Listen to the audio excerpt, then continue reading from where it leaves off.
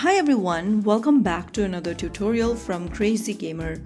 Today in this video, I'm going to show you how to change language setting in Sonic Rumble game.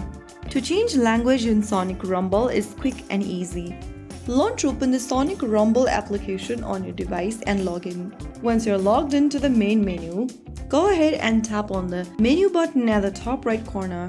From the expanded menu, click Settings.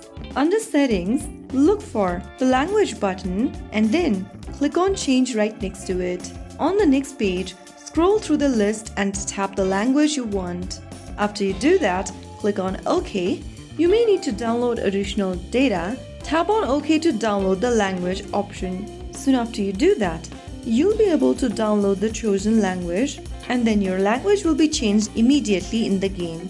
You can always switch back to the same menu and change the language setting according to your preferences. And that's how you easily change your language setting in Sonic Rumble. If you found the video helpful, don't forget to like, share and subscribe to our channel. I will be back again in the next episode. Thank you for watching.